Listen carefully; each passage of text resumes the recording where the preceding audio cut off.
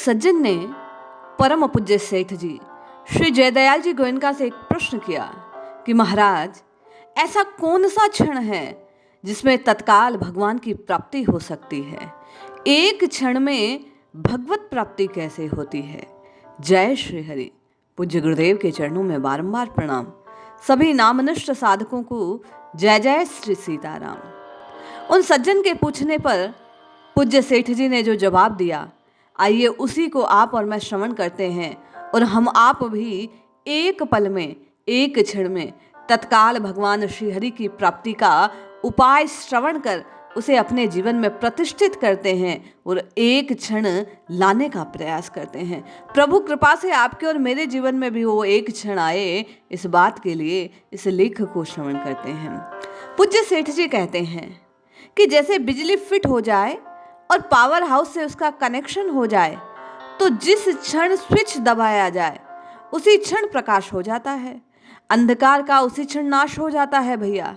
इसी प्रकार मनुष्य जब पात्र हो जाता है तब सब तरह की उसकी तैयारी पूरी होती है। तब परमात्मा के विषय का ज्ञान क्षण मात्र में हो जाता है। ज्ञान होते ही उसी क्षण अज्ञान का नाश होकर परमात्मा की प्राप्ति हो जाती है। दूसरा उदाहरण देते हुए वे कहते हैं, जैसे किसी को दिग्भ्रम हो जाए तो उसको पूर्व का पश्चिम और पश्चिम का पूर्व दिखने लगता है, पर जब वह दिग्भ्रम मिटता है उस क्षण से वह उसी क्षण दिशा का यथार्थ ज्ञान प्राप्त कर लेता है। इसी प्रकार जब परमात्मा का ज्ञान हो जाता है तब उसी क्षण दिग्भ्रम की भ्रांति, मिथ्या भ्रम मिट जाता है, उसे परमात्मा के वास्तविक स्वरूप की प्राप्ति हो जाती है। एक और उदाहरण देते हुए पूज्य सेठ जी कहते हैं कि किसी को रात्रि के समय नींद में स्वप्न आ रहा है, इतने में किसी कारण वह जग गया। बस जगते ही स्वप्न का सारा संसार क्षण मात्र में नष्ट हो गया, उसका अत्यंत अभाव हो गया। इसी प्रकार परमात्मा में जगने पर अर्थात परमात्मा के स्वरूप में एक ही भाव से स्थित होने पर ज्ञान रूपी नेत्रों के खुलने से उसी क्षण यह संसार सर्वथा छिप जाता है। जगने के साथ स्वप्न लोप होने की भांति ये संसार लुप्त हो जाता है और परमात्मा की प्राप्ति होती है।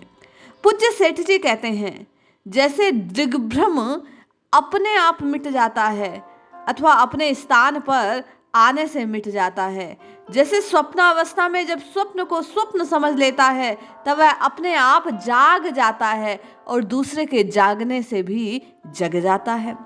इसी प्रकार शास्त्रों के गंभीर विचार के द्वारा संसार को हर समय स्वप्नवत देखने से, कर्म योग की सिद्धि के द्वारा अंतःकरण शुद्ध होने से मनुष्य को जो अपने आप ज्ञान हो जाता है वह अपने आप जगना है, तथा महात्माओं के शरण जाने पर उनसे जो ज्ञान प्राप्त होता है वह दूसरे से जगाने वाला ज्ञान है।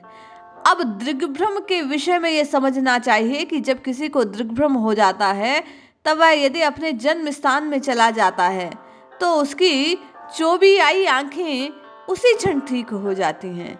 इसी प्रकार परमात्मा के स्वरूप में स्थिति रूप जन्म स्थान पर पहुंचने से तुरंत परमात्मा की प्राप्ति हो जाती है।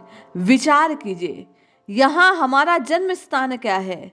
परमात्मा का जो स्वरूप है वही हमारा जन्म स्थान है, वही हमारा असली आदि स्वरूप है। अतः परमात्मा के स्वरूप में स्थित होते ही संसार का भ्रम, जैसे पश्चिम का पूर्व, पूर्व का पश्चिम दिखता है, वह मिटकर यथार्थ हो जाता है। वैसे ही परमात्मा से भ्रम से जो संसार प्रतीत हो रहा है वह भ्रम परमात्मा के स्वरूप में स्थित होने से मिट जाता है। अथवा जैसे दिग्भ्रम अपने आप मिट जाता है, इसी प्रकार संसार भ्रम भी संसार को हर समय स्वप्नवत समझने पर किसी न किसी के अपने आप शांत हो जाता है। जब चित्त वृत्तियां पूर्णतया सात्विक हो जाती है, जब आप और मैं वैराग्य को प्राप्त कर लेते हैं, जब अंतःकरण शुद्ध होकर अपने आप ज्ञान पैदा हो जाता है, ऐसी स्थिति में किसी संत के द्वारा तत्वोपदेश मिल जाए तब तो कहना ही क्या, फिर तो परमात्मा का वास्तविक ज्ञान प्राप्त हो जाता है तथा मरने के समय तो परमात्मा के ध्यान मात्र से उसी क्षण परमात्मा की प्राप्ति हो जाती है।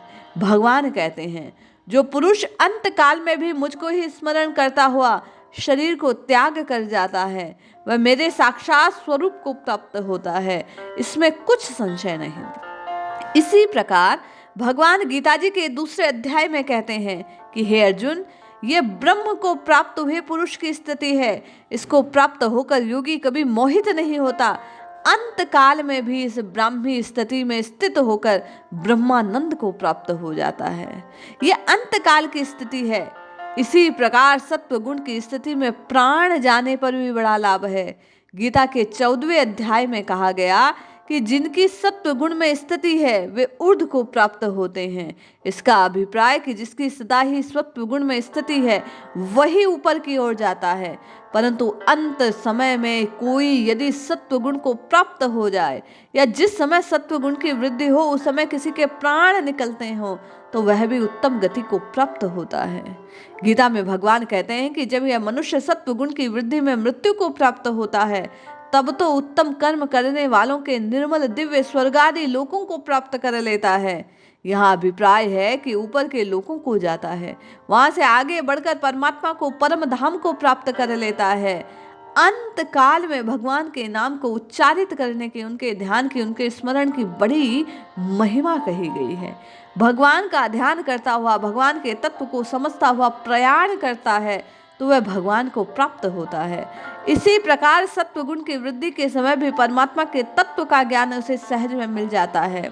अब आपके और मेरी ये जिज्ञासा होगी कि ये सत्व गुण हम में आए कैसे, बढ़े कैसे? तो हरिनाम का उच्चारण एकमात्र सहारा है। ऐसे समय में विशेष सावधान होकर ध्यान की चेष्टा करनी चाहिए। थोड़े समय के साधन से बड़ा लाभ होता है। पूज्य सेठ जी कहते हैं कि सत्व गुण की वृद्धि के समय मनुष्य परमात्मा का ध्यान करता है, परमात्मा के तत्व को जानने का प्रयास करता है तो उसे बहुत शीघ्र लाभ हो जाता है। एक क्षण में वह भगवान के स्वरूप का ज्ञान प्राप्त कर लेता है। ऐसे अवसर पर भगवान की कृपा से क्षण मात्र में ही वह परमात्मा तत्व को प्राप्त कर लेता है। ऐसे समय मनुष्य को अपना समय वैराग्य पूर्वक ज्ञान ध्यान में बिताना चाहिए। महात्माओं के संग में उनके वचनों को उसी अनुसार चेष्टा करनी चाहिए, उसी में स्थित होने का प्रयास करना चाहिए। एक क्षण के लिए भी हरि नाम को अपनी जीवा से पृथक नहीं होने देना चाहिए। वैसे ही सत्व गुण की वृद्धि में ऐसी बात की जाए जिस समय शरीर में, मन में, इंद्रियों में, बुद्धि में जागृति हो, सब में बाहर भीतर सर्वत्र चेतना से प्रतीत हो, ज्ञान की बहुलता हो, दुखों का अभाव हो, शांति की प्रतीति हो, सात्विक सुख का अनुभव हो, उस समय ऐसा समझना चाहिए कि इस समय सत्व गुण बढ़ रहा है। जब आप में प्रसन्नता हो, जब आपको भीतर से शांति की अनुभूति हो, उस समय बैठकर आपको कुछ समय के लिए हरि नाम करना चाहिए। उसी समय वह क्षण उपस्थित हो जाएगा जब एक क्षण में आप परमात्मा के तत्व को अनुभव कर लेंगे। ऊपर बिजली का उदाहरण दिया गया, उसे यूं समझना चाहिए कि जैसे बिजली लगकर तैयार है, पावर हाउस से उसका संबंध है, तब स्विच दबाने के एक क्षण से रोशनी जल जाती है। वैसे ही साधन करते करते मनुष्य जब एकदम तैयार हो जाता है, पात्र हो जाता है, भगवान के साथ उसका संबंध जुड़ जाता है, मन जुड़ जाता है, तब उस एक क्षण में परमात्मा की प्राप्ति होती है। जैसे बिजली का स्विच दबाते ही क्षण भर में प्रकाश हो जाएगा, उसी प्रकार पात्र होने पर, योग्यता होने पर, उपदेश मात्र से ज्ञान होकर परमात्मा की प्राप्ति हो जाएगी। अब आपको और मुझे पात्र बनने के लिए क्या करना है? तो पूज्य सेठ जी कहते हैं कि परमात्मा के ध्यान से, सद्ग्रंथों के अध्ययन से, विचार से, सत्पुरुषों की बातें सुनने से, परमात्मा की कृपा से, निरंतर भगवान नाम का जप करने से हृदय में जागृति होकर क्षण मात्र में परमात्मा प्राप्ति हो सकती है। वस्तुतः योग्यता प्राप्त करना यानी अधिकारी होने को तैयार होना चाहिए। आपको और मुझे प्रयास करना चाहिए। योग्यता, पात्रता प्राप्त करनी है, अर्थात अंतःकरण की शुद्धि होनी है। अंतःकरण की शुद्धि होने में समय लगता है, वह तो लगता ही है। भक्ति योग, ज्ञान योग, कर्म योग साधनों के द्वारा मल विक्षेप, आवरण का नाश हो जाता है, तभी अंतःकरण शुद्ध होता है।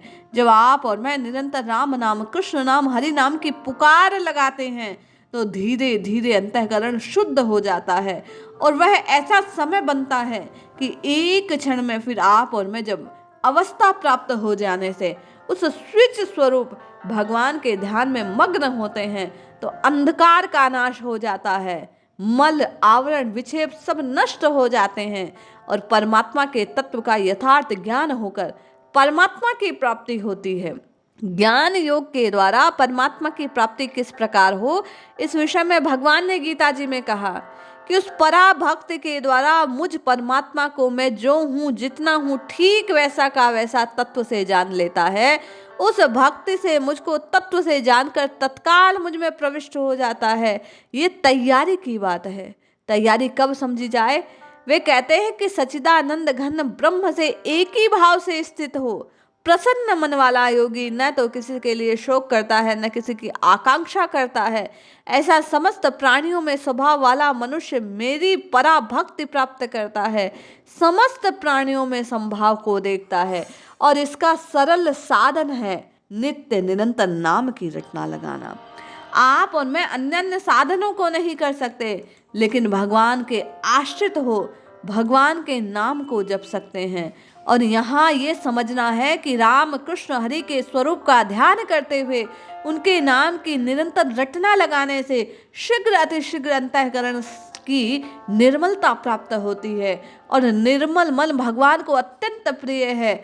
जैसे ही नाम महाराज की कृपा से आपका और मेरा मल दूर होगा, आपकी और मेरी अवगुणों की नष्ट होने का समय आएगा, सो ही भगवान अपने स्वरूप को प्रकट कर देंगे। आपको और मुझे भगवान के स्वरूप का ज्ञान होगा, अज्ञान नष्ट होगा, मलिनताएं नष्ट होगी और प्रभु की प्राप्ति एक क्षण में हो जाएगी। उस एक क्षण तक पहुंचने के लिए आपको और मुझे नित्य निरंतर प्रयास करना है, यत्न पूर्वक। जैसा कल गीता जी के श्लोक में सुना कि यत्न पूर्वक भगवान की प्राप्ति के लिए इस जिह्वा से हठ पूर्वक मन की परवाह किए बिना नित्य निरंतर राम राम राम जपना है। जब आप और मैं निरंतर नाम जपेंगे तो मन लगने लगेगा, इस स्वाद को ग्रहण करने लगेगा और आपका और मेरा कल्याण होगा। जय श्री हरि।